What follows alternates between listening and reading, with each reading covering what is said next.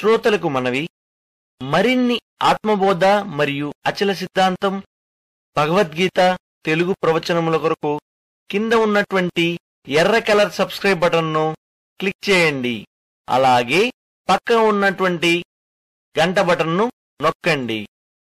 గురు బ్రహ్మ గురు విష్ణు గురుదేవో మహేశ్వరః గురు సాక్షాత్ పరబ్రహ్మ తస్మై శ్రీ గురవే నమః. ఈ భౌతిక దేహము స్వయముగా ఏమాత్రము క్రియాకారకము కాదు అని అనుకున్నాము కదా. అయినప్పటికీ పురుష ప్రయత్నం అధికంగా సిద్ధించుచున్నప్పుడు ఇది కూడా నిర్విఘ్నంగా కొన్ని ఫలములను కలుగజేస్తూ ఉంటుంది. ఒక గొప్ప ముని, ఆ మునిలో కనిపించే ముఖ వర్చస్సు, ప్రశాంత చిత్తుని చూడగానే మనకు కనిపించే ప్రశాంతత, ప్రజ్ఞ, ఆనందములు ఇటివే. పురుష ప్రయత్నము మనస్సు యొక్క రూపమే అయి ఉన్నది. అనగా అట్టి ఫలములన్నీ మనస్సే మనస్సుకు అట్టి ఫలమును కలుగజేస్తుంది అని గ్రహించాలి. కానీ పాంచభౌతికమైన ఉపాధి అట్లు కొందరిని ప్రభావితం చేస్తుంది అని భ్రమించటం ఉచితం కాదు. పురుష ప్రయత్నం చేతనే కృత్రిమేంద్రుడు తన యొక్క మనస్సును అహల్యామయంగా చేసి వేశాడు. అట్లు మనస్సు అహల్యనే మననం చేస్తూ ఉండటం చేత భౌతిక దేహం ఎంత బాధింపబడుచున్నప్పటికీ అతడు ఆ బాధను పొందనే లేదు. ఇట్లు భౌతిక దేహం బాధింపబడటం కానీ మనస్సులు ఆ బాధను పొందకపోవడం అనే చమత్కారం అనేక కథలలో నీవు వినే ఉంటావు. ఉదాహరణకు మాండవ్య మహర్షి ఒకసారి తన మనస్సును తీవ్రమైన తపస్సులో వినియోగించాడు. కొందరు దొంగలు రాజభటుల దృష్టి నుంచి తప్పించుకొని ఆ మహర్షి ఆశ్రమంలో ప్రవేశించి తలదాచుకున్నారు. భటులు ఆ ఆశ్రమంలో ప్రవేశించి మహర్షిని చూచి, ఇతడు కపటముని వేషం ధరించిన దొంగల నాయకుడే అయి ఉంటాడు అని తలచి అతనిని బంధించి తీసుకుపోయి రాజాజ్ఞపై కొరత వేశారు. కానీ అతడు కొంచెము కూడా బాధ అనుభవించనే లేదు. ఎందుచేత? మనస్సు తపస్సునందు లగ్నమైనప్పుడు శారీరక శ్రమ బాధగా అనుభవమునకు రాలేదు కాబట్టి. ఆ విధంగా బాధ దృష్టికి రాకపోవడం ప్రతిరోజు ప్రతి ఒక్కరికి అనుభవం అయ్యే విషయమే.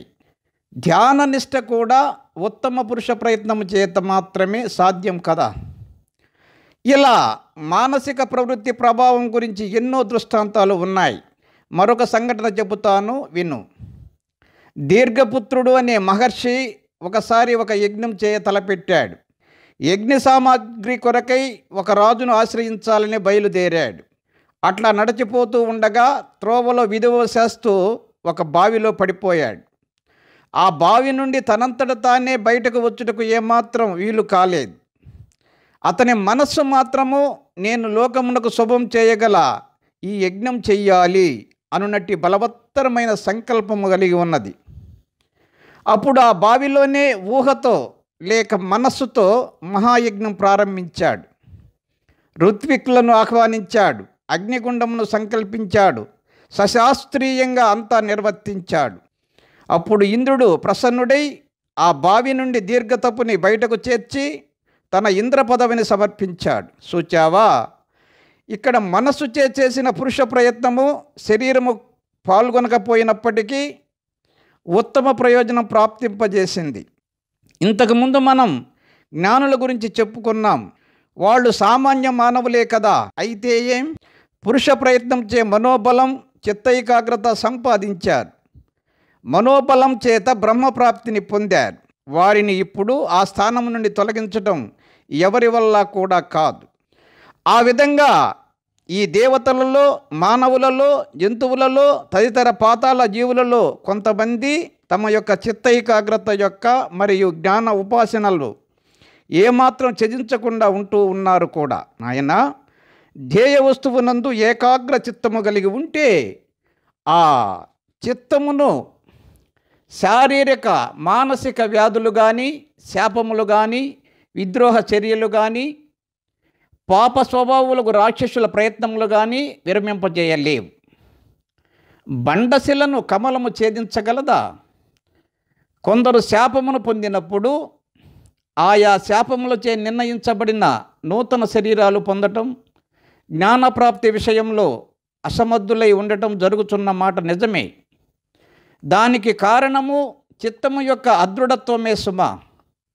నేను చచ్చాను, ఇప్పుడు నేను ఒక పామును అయ్యాను అనునట్టి భ్రమాత్మకమైన అనుభవం ఒక జీవుడు పొందడానికి కారణం ఈ శరీరమును ఎంతో నమ్మికతో గాంచుట చేతనే.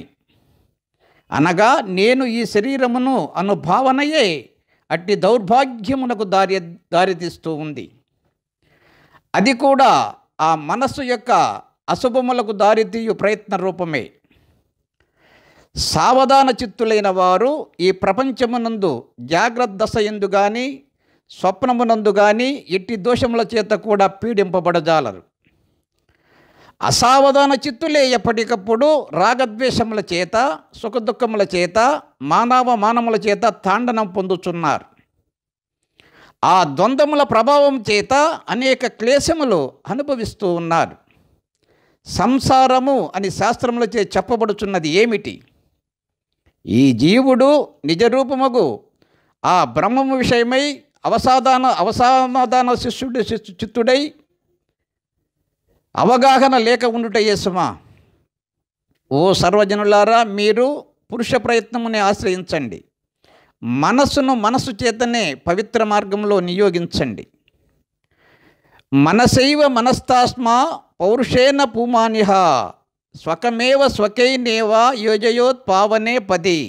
అంతేగాని నేను ఈ శరీరమును ఒకప్పుడు పుట్టుచున్నాను, మరొకప్పుడు చచ్చుచున్నాను, ఇవన్నీ నావి, వీరు నావారు అని పలుకుచు మీ చిత్తములను అల్పత్వము వైపు వినియోగించకండి. అజ్ఞానము అనే చీకటి నూతిలోకి మిమ్ములను మీరే త్రోసివేసుకోకండి. ఈ చిత్తమునందు ఏ వస్తువు స్మరిస్తే అది రూఢీపడి క్రమంగా స్థూలత్వమును పొందుచున్నది.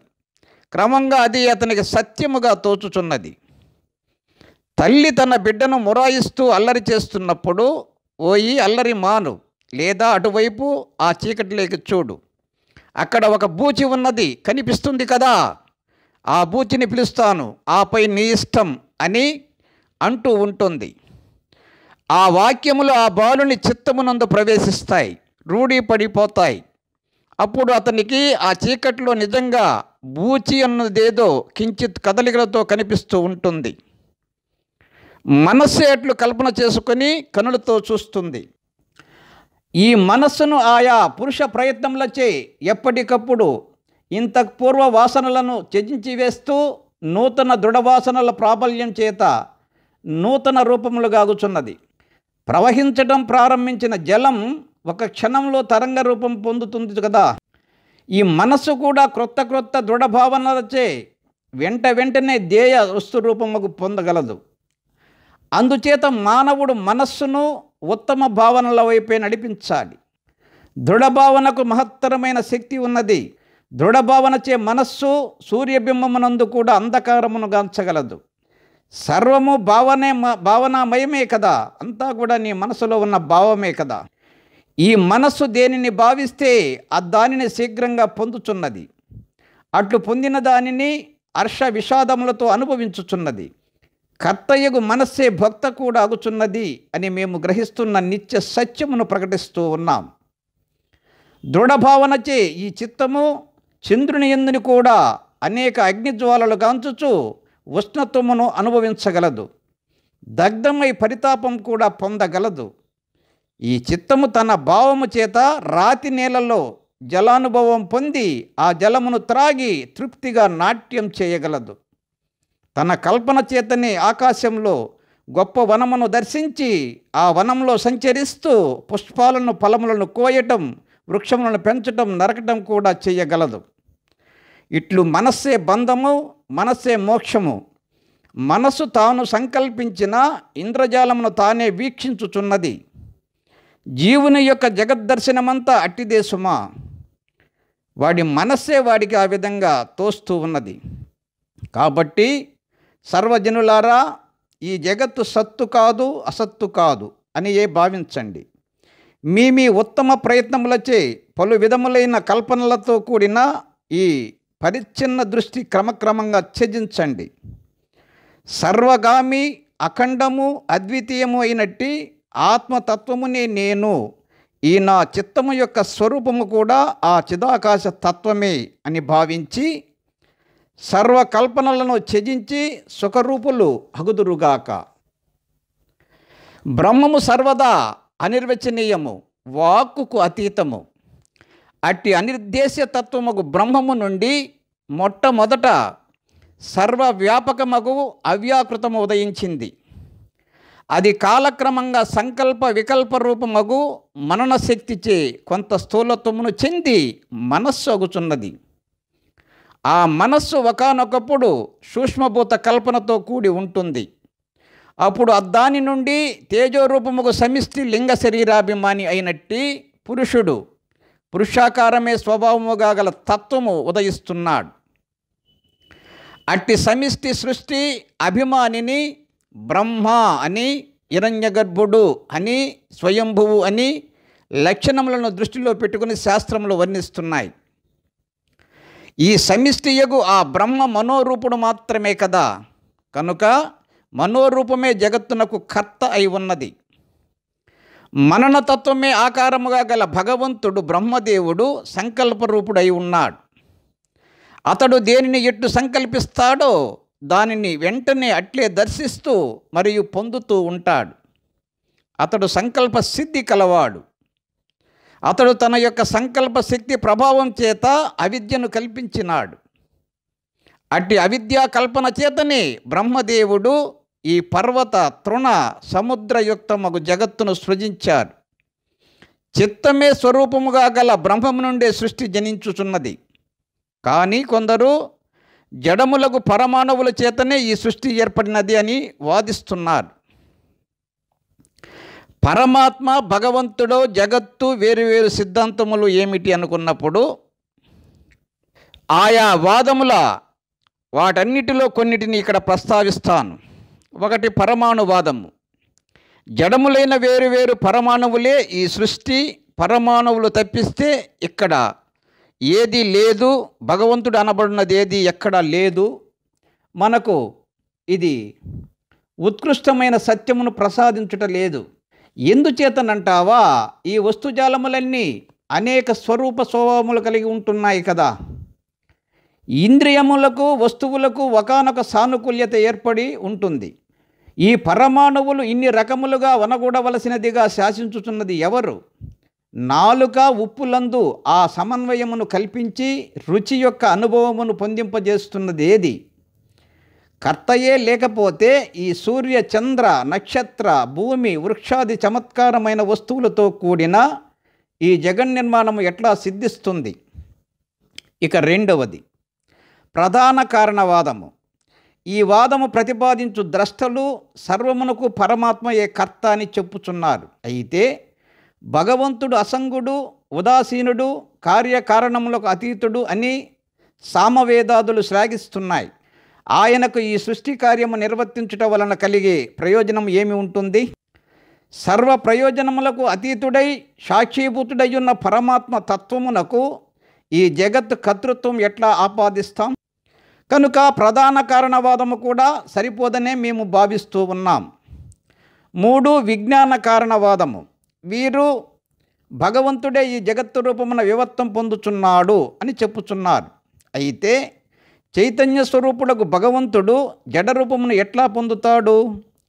అందుచేత ఈ విజ్ఞానవాదము కూడా అత్యుత్తమ సత్యము ప్రకటించలేదని అనిపించుచున్నది. 4 శూన్యవాదము. శూన్యము నుండే ఈ జగత్తు వచ్చుచున్నది, కొంతకాలానికి శూన్యమునందే లయించిపోవుచున్నది అని వీరు చెప్పుచున్నారు. అయితే శూన్యము నుండి పదార్థములు ఎట్లా, ఎవరి కారణంగా, ఎందుకు ఉత్పన్నములవుతున్నాయి? ఈ ప్రశ్నకు సమాధానం లభించుటలేదు. ఈ విధంగా ఈ వాదములన్నీ ప్రకటించబడ్డాయి. ఇక ఈ విషయంలో మరొక అభిప్రాయం కూడా చెబుతాను విను. ఈ సృష్టి యథార్థానికి ఉత్పన్నమే అయి ఉండలేదు. బ్రహ్మమే అనిర్వచనీయముకు మాయాశక్తిచే నేను జీవుడను అను సంకల్పమును స్వీకరించి తన యందు దీనినంతా ఇట్లు తానే గాంచుచున్నది. తద్భావయ తద్విశతే. కనుక ద్రష్ట, దృశ్యములు అద్వితీయ బ్రహ్మమునకు వేరైనవి కావు. సముద్రములోని తరంగముల వలె ఈ త్రిలోకములందలి పదార్థజాలమంతా స్వసంకల్పముచే స్వరూపముగా గల సమిష్టి మనోరూపము చేతనే ఉత్పన్నమగుచున్నది, భావించబడుచున్నది, అనుభవించబడుచున్నది. కనుక ఇదంతా భావనామయమే. సమిష్టి మనోరూప ప్రజ్ఞ కలిగినట్టి సమిష్టి అహంకారిని బ్రహ్మదేవుడు అని పిలుస్తూ ఉన్నాం. చైతన్యమే సమిష్టి మనోరూపమున పదార్థజాలమంతా సంకల్పించి దర్శించుచున్నది. చైతన్యము సంకల్పించనట్టి దానికి అస్తిత్వమే లేదు. కనుక ఈ జగత్తు ఉత్పత్తి కాకయే ఉన్నది అని నిశ్చయించబడుతుంది. బ్రహ్మము యొక్క చిత్శక్తియే సమిష్టి అహంకారోపాధి ఎందు ప్రవేశించుచున్నాను అను కల్పన చేయుచు హిరణ్యగర్భుని బ్రహ్మదేవుని పొందుచున్నది. వ్యష్టి సమిష్టి అహంకార ఉపాధులలోని చిదాభాస శక్తులు సర్వశక్తివంతముకు బ్రహ్మము కంటే వేరేమీ కాదు. అనగా ప్రతి వ్యక్తి బ్రహ్మమే అయి ఉన్నాడు. కానీ అజ్ఞానముచే నేను జీవుడను, నేను శరీరధారిని, పరిమితుడను, ఇట్లు అనేక విధములుగా భ్రమించుచున్నాడు. అవిచారణ ఉన్నంత వరకు ఈ భ్రమ ఉంటూనే ఉంటుంది. సూర్యుని నుండి వేలాది కిరణములు బయలుదేరుతూ ఉన్నాయి. అయితే ఆ వివిధ కిరణములన్నీ సూర్యుని నుండి వేరైనవా? కావు కదా. అదేవిధంగా బ్రహ్మదేవుని యొక్క వివర్తము పొందిన వివిధ శక్తులే ఇట్లు అనేక జీవుల వలె ప్రకటితం అవుతూ ఉన్నాయి. ప్రతి ఒక్క కిరణము వేరువేరైన వస్తువులపై ప్రసరించవచ్చుగాక, కానీ అనేక సూర్యకిరణములలో ఏకత్వమే సత్యము కదా. అట్లాగే బ్రహ్మదేవుడు అతని నుండి ప్రసరించుచున్న ఈ వ్యష్టి జీవులు వీరంతా ఆ బ్రహ్మము కంటే వేరైన వారు కారు. సమిష్టి జీవుని సంకల్పము సుదృఢమగుచున్న సమయంలోనే ఈ జగత్తు ఆవిర్భవించుచున్నది.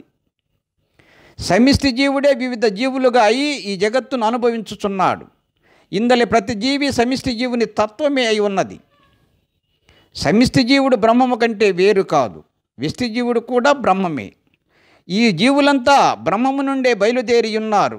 అట్లు బయలుదేరి మాయాకాశమందలి పంచభూత మాత్రముగా ఉపాధులతో కలయుచున్నారు.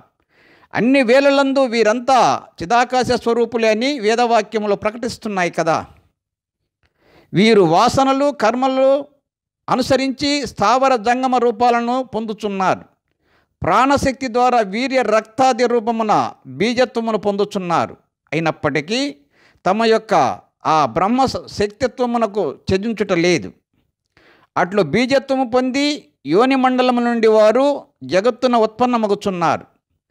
కాకతాళీయ న్యాయముచే సంభవించిన వాసనాజాలమును అనుసరించి తమ తమ కర్మ ఫలములను అనుభవించుచున్నారు. శుభవాసనలతో కూడుకొని పుణ్యపాప కర్మలు అనే త్రాడుచే కట్టబడి లింగ శరీరాలను ధరించుచున్నారు. ఒకప్పుడు ఉత్తమ లోకములకు, మరొకప్పుడు నరకలోకములకు పోవుచున్నారు. ఈ ప్రాణులన్నీ ఇచ్ఛారూపములే అయి ఉన్నవి సుమా. అనగా చిత్తశక్తి తన ఇచ్చను అనుసరించే ఈ ఏకానేక రూపములను ధరించుచున్నది. ఈ జీవులు తాము గాఢముగా కోరుకున్నట్టి ఉపాధులను భావములను పొందుచున్నారు. మరొకటి చెప్పుచున్నాను విను. ఆయా జీవులు తమ ఇచ్చను అనుసరించే అసంఖ్యాకములకు జన్మలు పొందుచున్నారు. సంసారములోని చమత్కృతులన్నీ మరల అనుభవిస్తూ ఉన్నారు. వాసనలను అనుసరించి ప్రవర్తించుచు కర్మ అనే వాయు వీచికలచే ఒక చోట నుండి మరొక చోటికి ఎగురుగొట్టబడుచు సంచరిస్తూ ఉన్నారు. ఒకానొక జన్మయందు ఈ జీవుడు యాదృచ్ఛికంగా నేను ఉపాధి మాత్రుడను కాను, ఈ కార్యకారణములకు సంబంధించిన వాడను కూడా కాను, కార్యకారణ రహితమగు బ్రహ్మమే నేను అనునట్టి ఆత్మజ్ఞానమును సముపార్జించుచున్నాడు. అట్టి ఆత్మజ్ఞానము యొక్క ప్రభావం చేత ముక్తుడగుచున్నాడు. ఈ జన్మ కర్మ దృశ్యాదులను తన ఆత్మ యొక్క జడంశముగా ఆస్వాదిస్తూ ఆత్మతత్వమును పుణికిపుచ్చుకొని ఉంటున్నాడు. మరికొందరు జీవులు తమ స్వస్వరూపమే అయి ఉన్నట్టి ఆ చిద్వస్తువును ఎరుగుట లేదు. అజ్ఞానముచే మోహితులై అనేక కల్పముల పర్యంతము ఈ ప్రపంచంలో జన్మిస్తూనే ఉన్నారు. ఇంకా కొందరు శుభజన్మలను అనుభవించిన వారై ఈ జన్మలో కూడా శుభకర్మ పారాయణులై ఉంటున్నారు. అట్టి శుభకర్మ పారాయణులు కొద్ది జన్మలలో ముక్తిని పొందగలరు. సముద్రములో ఆవిరి రూపమున లేచిన జలము ఎప్పటికో సముద్రమే చేరుచున్నది కదా. ఈ జీవులంతా ఒకానొకప్పుడు తమ స్వస్వరూప స్థితి నుండి చ్యుతి పొంది ఈ సంసార అరణ్యంలో అశాంతిగా అవిశ్రాంతంగా సంచరిస్తూ ఉన్నారు. తత్వజ్ఞానము పొందనంత వరకు ఈ సంచారము కొనసాగుతూనే ఉంటుంది. ఉత్తమం ప్రశాంతం అయిన మోక్ష స్థితియే సర్వజీవులలోని అంతర్లీనమై ఉంటున్న హార్తి సుమ. ఈ విధంగా ఈ జీవులందరి ఉత్పత్తి బ్రహ్మము నుండే కలుగుచున్నది. బ్రహ్మము ఏమాత్రము మార్పు చేర్పులు పొందక యథాతథంగా ఉండి ఉండగా ఈ మనసు మాత్రం అనేక ఆవిర్భావ తిరోభావములను కలిగి ఉంటుంది. క్షణభంగురములైన ఈ జన్మలను చూసుకొని ఎప్పటికప్పుడు ఇట్లు ఇప్పుడు ఇక్కడ కనబడుచున్నదంతా ఇట్లే సర్వదా శాశ్వతంగా ఉండబోచున్నది అని భ్రమిస్తుంది. అనేక జన్మలకు కారణమై ప్రవర్తిస్తున్న వాసనలు అను వాటిచే వ్యాకులత్వము పొందుతుంది. సంసార జ్వరముచే పీడింపబడుచున్న జనులకు అనేక సంఘటనలు అనర్థములు కలుగజేస్తూ ఉన్నది. ఎవరనుకుంటున్నావు? ఈ మనస్సే సుమా. ఇది ద్రష్టను లేక జీవుని అనేక దిక్కులందు అనేక దేశములందు అనేక కాలములందు సంచరింపజేస్తుంది. చిత్ర విచిత్రములైన భ్రమలను కలుగజేస్తూ అనేక విక్షేపములతో కూడి ఉన్న ఈ మనసును సమ్యజ్ఞానము అనే గండ్రగొడ్డలచే నరికి వేయాలి. అప్పుడు అది ఇక ఈ జగత్తు అనే మహారణ్యంలో మరలా ఉత్పన్నము కాదు. సమ్యజ్ఞానమే ఈ జీవుని యొక్క సంసార వ్యాధికి దివ్యమైన ఔషధమని గమనించు. బ్రహ్మ వస్తువు సర్వదా అన్ని చోట్ల అభేద రీతిలోనే ఉండి ఉంటుంది. కానీ త్రిగుణములతో కూడుకున్నదై సాత్విక రాజసిక తామస గుణ భేదములచే ఈ లోకములో ప్రకటితమగుచున్నది. అనేక కిరటముల వంటి అనేక జీవులు శాస్త్రములచే విభజింపబడి జ్ఞానాభివృద్ధి కొరకు వర్ణించి చెప్పబడుతూ ఉన్నారు. అట్టి ఉత్తమ మధ్యమ జీవుల ఉత్పత్తి గురించి చెబుతాను విను. ఈ ప్రపంచంలో కనిపించే జీవుల విభాగం ఏమిటయ్యా అనుకున్నప్పుడు, ఇదం ప్రథమత జన్మ. ఒకానొకడు ఇంతకుముందు కల్పములోని చివరి జన్మ యందు తన యొక్క అనేక ప్రయత్నముల సహాయం చేత శమము దమము సంపాదించి ఉంటాడు. కానీ జ్ఞాన విశ్లేషణం వినకపోవడం చేతనో లేక ఏవైనా బలవత్తరమైన విఘ్నములు కలగడం చేతనో జ్ఞానప్రాప్తిని స్వస్వరూప అనుభవమును పొంది ఉండడు. ఇప్పుడు ఈ కల్పమునందు జన్మను పొంది ఉంటాడు. ఇట్టివాడు బాల్యము నుండే శమదమాది గుణములు భక్తి సాత్విక భావములు కలిగి ఉంటాడు కనుక జ్ఞానప్రాప్తికి యోగ్యుడగుచున్నాడు. ఇట్టివారిలో కొందరు ప్రవక్తలై తమ బోధామృతముచే అనేకులను అజ్ఞానాంధకారము నుండి కాపాడుతూ ఉంటారు. అయితే పూర్వకల్పమునందు పూర్ణముగా శుభాభ్యాసము కలిగి ఉన్నవారే ఈ ఇదం ప్రథమత అనే విభాగానికి చెంది ఉంటారు.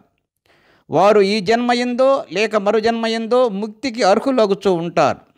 2. ఉత్తమ సంపన్నమైన జన్మ గుణపీవరి. వీరు ఇంకా ఇదం ప్రథమములంతటి తీవ్ర వైరాగ్యం పొంది ఉండరు. పుణ్యలోకముల కొరకై ఉపాసనాదులను మాత్రం ఇంకా చేస్తూ ఉంటారు. వీరు ఇక 10 లేక 15 జన్మలలో ముక్తులగుటకు క్రమంగా సిద్ధమవుతున్నారు. 3. సత్వులు. వీరు గుణపీవరిల తరువాత తరగతికి చెందినవారు. వీరు పుణ్యపాపములతో కూడుకొనిన మిశ్రమ కర్మలు నిర్వర్తిస్తూ ఆయా సుఖదుఖములను పొందుతూ ఉన్నారు. కానీ మేము మెల్లమెల్లగా సత్వగుణమును సంపాదించుకునేదముగాక అను ఉత్తమమైన లక్ష్యము ఆశయము కలిగి ఉంటున్నారు. ఉత్తమ కర్మల వైపు ఇంకనూ శ్రద్ధను అభివృద్ధి చేసుకోవలసి ఉన్నది. వీరు సుమారు 100 జన్మలలో సత్వగుణమును అరూఢం చేసుకోగలరు. క్రమంగా ముక్తిని పొందడానికి సిద్ధమవుతూ ఉన్నారు. 4. అధమ సత్వులు. వీరు విచిత్రములైన ప్రాపంచిక వాసనలు కలిగి వ్యవహరిస్తూ ఉంటారు. మలినమైన అంతఃకరణముతో ఆయా సుఖదుఖ రూపముల గల ఫలముల కొరకై మరల ఆశ్రయించటం జన్మలు ఎత్తడం చేస్తూ ఉంటారు. వారు తమ దృష్టిని పరిశీలించుకునేదాకా అట్లు వేలాది జన్మలు ఎత్తుతూనే ఉంటారు. వీరికి అశ్రద్ధ బాగా ఉండి ఉంటుంది. కానీ ఆధ్యాత్మశాస్త్రం పట్ల ఆత్మ విషయమై విచారణ పట్ల విముఖత మాత్రం కలిగి ఉండరు. కనుక వారు అభివృద్ధి చెందుటకు అనేక అవకాశములు కలిగి ఉంటారు. ఏవైనా ఉత్తమ సంఘటనల వలన కానీ కాకతాళీయంగా ఆ గురుబోధల వినుట చేత కానీ వీరు ఆత్మజ్ఞానము వైపు సుముఖులు కావడానికి కొంత అంతరంగమునందు సిద్ధపడే ఉంటారు. 5. అత్యంత తామసి, వీరు కూడా కొంతవరకు అధమ సత్వుల లక్షణములే కలిగి ఉంటారు. అయితే వీరు ఆధ్యాత్మ శాస్త్రం పట్ల విముఖత్వము కలిగి ఉంటారు. సర్వదా అనేక సంశయములచే శాస్త్రము యొక్క గురువుల యొక్క సామ్యతను తిరస్కరిస్తూ ఉంటారు. ఎన్నో కల్పములు వేల కొలది జన్మలు గడచిపోవచ్చుగాక ఆ బ్రహ్మ వస్తువు అనే దూరస్థ వస్తువు వైపు పయనించే విషయంలో వీరి యొక్క సంశయత్వము ప్రయత్న రాహిత్యములే అడ్డుపడుతూ ఉంటాయి. ఈ విధంగా భిన్న భిన్న ఉపాధులు గల ఈ జీవజాతులన్నీ బ్రహ్మము నుండి ఉత్పన్నమవుతూ ఉన్నాయి. బ్రహ్మమునకు వేరైనవి కావు. చలించుచున్న సముద్ర జలంలో అసంఖ్యాకంగా తరంగాలు బయలువెళ్ళుచున్నాయి కదా. ఆ తరంగములన్నీ జలము కంటే వేరైనవా? కాదు. దీపము నుండి వేలాది కిరణములు ప్రసరిస్తున్నాయి. ఆ కిరణములు దీపం కంటే వేరైన అస్తిత్వం కలిగి ఉంటున్నాయా? లేదు. అట్లే ఆ సర్వవిధ భౌతిక మానసిక స్థితిగతులలో ప్రకటితమగుచున్న జీవరాశులన్నీ బ్రహ్మము కంటే వేరు కాదు. ప్రజ్వలించుచున్న అగ్ని నుండి సన్నటి కాంతిపుంజములు లేచున్నట్లు ఈ ప్రాణికోట్లన్నీ బ్రహ్మము నుండే ప్రభవిస్తున్నాయి. వృక్షము నుండి శాఖల వలె, బంగారము నుండి ఆభరణముల వలె, జలము నుండి జలబిందువులు, ఆవర్తములు, తరంగములు, బుడగల వలె, చంద్రబింబము నుండి చంద్రకిరణముల వలె, మహాకాశము నుండి ఘటాకాశం వలె బ్రహ్మము నుండే ఈ ప్రాణికోట్లు అవి దర్శించుచున్న దృశ్యములు ఉత్పన్నమవుతూ ఉన్నాయి. ఎండమావులలో జలతరంగముల అనుభూతి కలుగుతూ ఉంటుంది. ఆ ఎండమావులు సూర్యకాంతి కన్నా వేరైన దాని మూలంగా ఏర్పడుట లేదు కదా. సూర్యకాంతి ప్రసరించకుంటే ఎండమావులే ఏర్పడేవి కావు. ఈ ద్రష్ట బ్రహ్మము యొక్క స్వరూపమే. ద్రష్ట యొక్క దృష్టిని అనుసరించే దృశ్యం ఉంటుంది. మనం ఇప్పుడు చెప్పుకున్న అనేక విభాగాలతో కూడిన ఈ జీవజాతులన్నీ ఏ పరమాత్మ నుండి ఆవిర్భవిస్తున్నాయో ఆ పరమాత్మ ఎందే లీనమవుతూ ఉన్నాయి. కొన్ని లేచిన కొద్ది క్షణాలకే లీనమవుతూ ఉన్నాయి. మరికొన్ని అనేక జన్మల తరువాత ఎప్పటికో లీనమవుతూ ఉన్నాయి. ఏది ఏమైనప్పటికీ జగత్తుకు బ్రహ్మమునందు భేదం లేదు. ఈ రెండింటికి జలతరంగముల సంబంధమే దృష్టాంతము. మరి ఈ కనబడుచున్న అనేకత్వం మాట ఏమిటంటావా? ఉపాధులందు ద్రష్ట కలిగి ఉంటున్న భ్రమాత్మకమైన దృష్టి కారణంగానే ఈ భేద ప్రతీతి అంతా ఏర్పడుతుంది. ఈ జీవజాతులన్నీ ఉపాధి భేదం చేత బ్రహ్మాండములందు అంతటా వ్యవహరిస్తూ ఉన్నాయి. మరలా ఆ సర్వేశ్వరుని ఎందే లయిస్తూ ఉన్నాయి. వ్యవహరిస్తున్నట్టి సమయంలో స్వర్గాదులకు పోతూ ఉన్నాయి. మరలా అక్కడి నుండి అధోలోకములైనట్టి నరకాదులకు వెళ్ళుచూ పరిభ్రమిస్తూ ఉన్నాయి. మాయ యొక్క చమత్కారం అట్టిది. అది అనిర్వచనీయం, అద్భుతం. అయితే ఇదంతా చూచి నీవు భ్రమించవలసినదేమీ లేదు. ఆ సర్వేశ్వరుని శరణవేడు. సర్వదా సర్వేశ్వరత్వమును ఆరాధించు. ఆ సర్వేశ్వరత్వమునే భావించు. ఇదంతా నాదే, నేనే ఈ సర్వమునందు అంతర్లీనంగా ప్రసరించి ఉన్నాను, నేను కానిదంటూ ఎక్కడా ఏదీ లేదు అను సంభావనను ఆశ్రయించు. మనస్సులో ఉండే దోషభావనలన్నీ తొలగించుకొని నిర్మలుడవు కమ్ము. ఆత్మారాముడవై విరాజిల్లు. ఈ దృశ్యమంతా నీ స్వరూపంగా ఆస్వాదించు. బ్రహ్మము నుండే ఈ జీవులు ఉత్పన్నమైనారు అని చెప్పబడుచున్నది కదా. అట్టి వ్యవహారమును కలుగజేయుచున్న ఫలప్రదాత ఎవరైనా ఉన్నారా అని అంటావా? ఒక వృక్షము నుండి ఆ వృక్షము యొక్క పూలు, ఆ పూలులోని సుగంధము ఆ వృక్షమునకు అభిన్నమైనవే కదా. అట్లే కర్త, ఆ కర్త యొక్క క్రియ ఏకమే అయి ఉంటాయి. ఈ కర్త క్రియ అనబడు రెండూ కూడా పరమపదమైనట్టి ఆ బ్రహ్మము నుండి వ్యక్తము అవుతూ ఉన్నాయి. ఇక్కడ చమత్కారం చూచావా? వాస్తవానికి ఈ కల్పనలో ఉండనట్టి నిర్మల పరబ్రహ్మమునందు అజ్ఞానముచే జీవత్వము స్వరించుచున్నది. ఆకాశంలో లేని నీలత్వము కనిపిస్తుంది కదా. ఇది కూడా అట్టిదే. ఈ జీవులు బ్రహ్మము నుండి ఉత్పన్నమయ్యారు అనేది కూడా అసత్యమైన సిద్ధాంతమేనని, అది అజ్ఞానము చేతనే ప్రబలుచున్నదని గ్రహించు. పూర్ణాత్మ జ్ఞానులు ఉండే చోట ఇట్టి భ్రాంతి వాక్యములకు చోటు ఉండదు. ఎందుకంటే ద్వైత కల్పన ఉన్న చోట మాత్రమే ఒకదాని నుండి మరొకటి ఉత్పన్నమగుట అనే దర్శనము ఏర్పడగలదు. ద్రష్టయే దృశ్యమును కల్పించి దర్శించుటచే ద్రష్ట కంటే వేరుగా దృశ్యము లేదు అను అవగాహనతో కూడిన అద్వైత స్థితి యందు విజ్ఞానము సుస్థిరపడినప్పుడు ఇక ఆపై అట్టి భేదభావనయే ఉండదు. అయితే గురువులు తమ శిష్యుల యందు ఉత్తమోత్తమమైన లక్ష్యము రూపుదిద్దుకొనుటకు వీలుగా ఒకానొక బోధ క్రమమును రచించుచు ఇది బ్రహ్మము, వీరు జీవులు, వీరు బ్రహ్మము నుండే బహిర్గతమయ్యారు అను ద్వైత కల్పనను ప్రతిపాదిస్తున్నారు. ఇదంతా బోధ కల్పించుటయే అయి ఉంది. లోకమునందు గాంచబడేది కూడా అట్టి కల్పనా క్రమమే.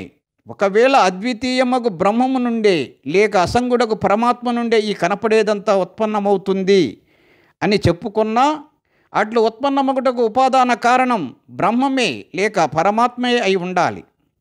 ఎందుకంటే పరమాత్మను నియమించినది మరేది ఉండజాలదు కదా. కనుక ఈ జగత్తు బ్రహ్మము యొక్క రూపమే, ద్రష్ట బ్రహ్మము కంటే వేరైన వాడు కాడు అని మనకు ఇక్కడ సిద్ధిస్తుంది. కాబట్టి అంతా బ్రహ్మమేను ఉన్నది అని గమనించు. ఓం పూర్ణమద పూర్ణమిదం పూర్ణముదచ్యతే పూర్ణస్య పూర్ణమాదాయ పూర్ణమేవావశిష్యతే. ఓం శాంతి శాంతి శాంతి.